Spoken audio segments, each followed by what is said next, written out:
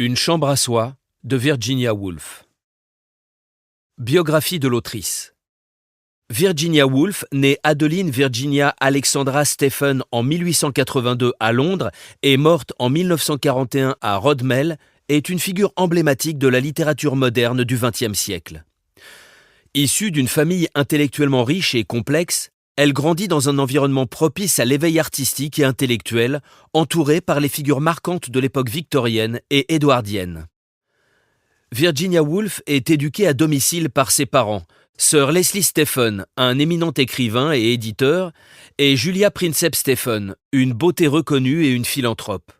Cette éducation non conventionnelle, combinée à l'accès libre à la vaste bibliothèque de son père, nourrit son amour pour la littérature dès son plus jeune âge. Après la mort de ses parents, Virginia et ses frères et sœurs s'installent à Bloomsbury, où ils fondent le noyau célèbre du Bloomsbury Group, un cercle d'intellectuels et d'artistes qui défie les conventions sociales et artistiques de l'époque. En 1912, Virginia épouse Leonard Woolf, avec qui elle fonde la Hogarth Press en 1917, une maison d'édition qui jouera un rôle crucial dans la diffusion des œuvres de Virginia Woolf et d'autres écrivains modernistes. Elle est reconnue pour son utilisation innovante du flux de conscience comme technique narrative, explorant les profondeurs psychologiques de ses personnages et la complexité de la réalité humaine. Parmi ses œuvres les plus célèbres figurent Mrs. Dalloway, La promenade au phare, Orlando et Les vagues, ainsi que l'essai féministe Une chambre à soi, dans lequel elle plaide pour l'indépendance financière et intellectuelle des femmes. Malgré son succès littéraire, elle lutte toute sa vie contre des troubles bipolaires qui s'aggravent après la mort de son frère Toby et la Première Guerre mondiale. Ces épisodes dépressifs influencent profondément son écriture et sa vision du monde. Le 28 mars 1941, accablée par une nouvelle vague de dépression et craignant de sombrer dans la folie, Virginia Woolf se suicide par noyade dans la rivière près de sa maison, laissant derrière elle une œuvre littéraire qui continue d'inspirer et de fasciner. Elle reste une figure centrale de la littérature moderne, non seulement pour ses contributions littéraires, mais aussi pour son rôle dans l'évolution des droits des femmes et sa critique des normes sociales de son époque. Résumé de l'œuvre. Une chambre à soi est un essai féministe de Virginia Woolf, publié pour la première fois en 1929.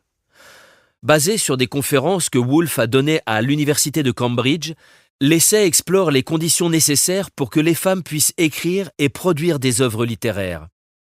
Elle soutient que pour écrire, une femme doit avoir de l'argent et un espace à elle, symbolisé par la chambre à soi du titre. Elle examine les obstacles historiques et sociaux qui ont empêché les femmes d'avoir ces deux choses essentielles.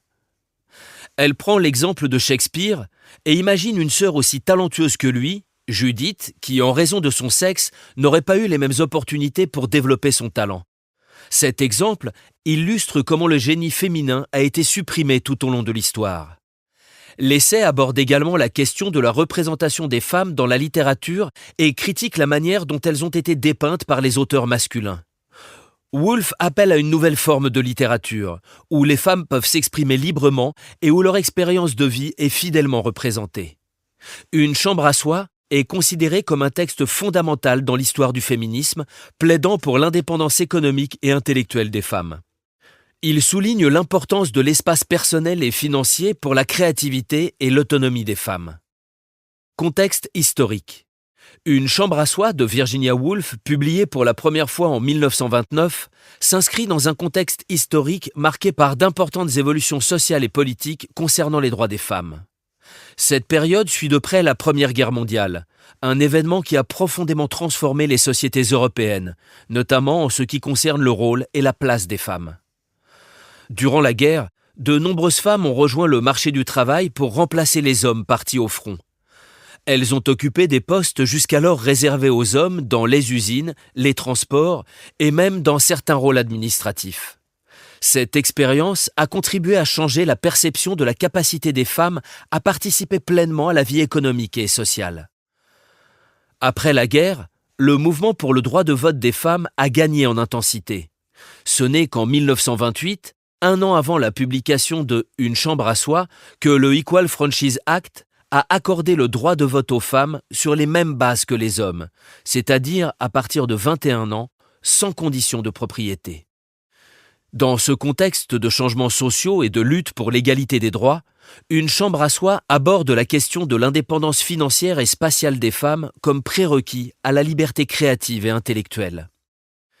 Virginia Woolf souligne l'importance pour les femmes d'avoir une chambre à soi et des moyens financiers propres pour pouvoir écrire et s'exprimer librement dans un monde littéraire et académique dominé par les hommes. L'essai de Virginia Woolf s'inscrit dans une période de remise en question des rôles traditionnels attribués aux femmes et de revendication de leurs droits et de leur place dans la société, y compris dans le domaine de la création littéraire et artistique. Contexte personnel. Au moment de l'écriture de cet essai, Virginia Woolf était une figure établie de la littérature et du modernisme anglais. Elle avait déjà publié plusieurs romans importants, dont Mrs. Dalloway et La promenade au phare, qui avaient consolidé sa réputation d'écrivaine innovante et influente. Elle était également membre central du Bloomsbury Group, un cercle intellectuel d'écrivains et d'artistes qui partageaient des idées progressistes sur l'art, la littérature et la société. Sur le plan personnel, elle avait connu des périodes de graves troubles psychologiques, marquées par plusieurs épisodes dépressifs et maniaques. Cependant, dans les années 20, elle bénéficiait d'une période relativement stable.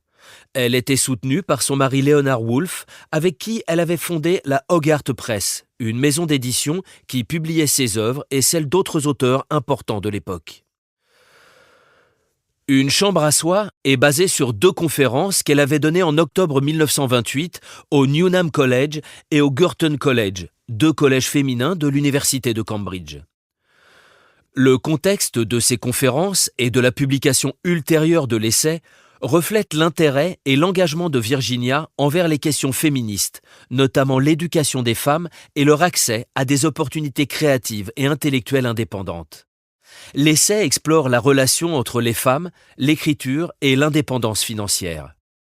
Virginia Woolf argumente que, pour que les femmes puissent écrire et contribuer à la littérature, elles doivent avoir un espace à elles et une indépendance financière. Le contexte personnel de Woolf, marqué par son appartenance à un milieu intellectuel avant-gardiste, son mariage et sa propre lutte pour une expression créative indépendante, a sans doute influencé les thèmes et les idées explorées dans Une chambre à soi. L'essai est considéré comme un texte fondamental dans l'histoire du féminisme et reflète les réflexions de Woolf sur les obstacles que les femmes doivent surmonter pour réaliser leur potentiel créatif.